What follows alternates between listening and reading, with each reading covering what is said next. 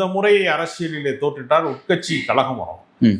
அவர் இப்போதைக்கு இருக்கக்கூடிய சூழல் நீடிக்கும் என்று நம்பிக்கொண்டிருக்கிறார்.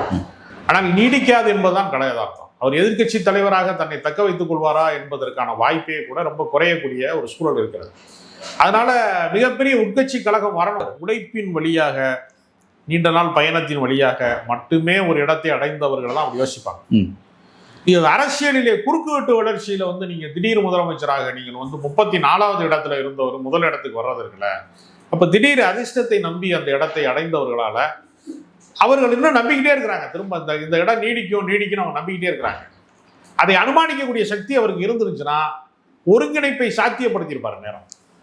நீங்க நாவலர் நெடுஞ்செழியன் அண்ணாவுக்கு அடுத்த தலைவராக வர்ணிக்கப்பட்டவர், தம்பி வா தலைமை ஏற்கவான்னு வர்ணிக்கப்பட்டவர். அவர் எம்ஜிஆர் 2ஆம் கட்ட தலைவராக பயன்படுத்திக் கொள்ளக்கூடிய சாமர்த்தியம் எம்ஜிஆர் இருந்துச்சுல. பேராசிரியர் அன்பழகன் திமுகவுக்கு தலைமை வைக்கக்கூடிய அளவுக்கு தகுதி படைத்தவர். அவரை ஒரு 2ஆம் கட்ட தலைவராக பொதுச் செயலாளராக வைத்துக் கொள்ளக்கூடிய ஆற்றல் கலைஞர் இருக்கிறார். அது மாதிரியான ஒரு ஆளுமை பண்பு என்று தனக்கென்னு ஒன்று இருக்குன்னு எடப்பாடி நம்பல.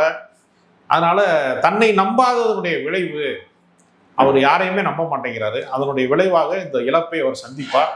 அதை அது முட்டி மோதி தான் தெரிஞ்சுக்கிறாரே தவிர முன்கூட்டி தெரிஞ்சுக்கக்கூடிய நாலேஜ் அவர்கிட்ட இல்லை. அது அவருடைய அரசியல் அறியாமையை காட்டுகிறது.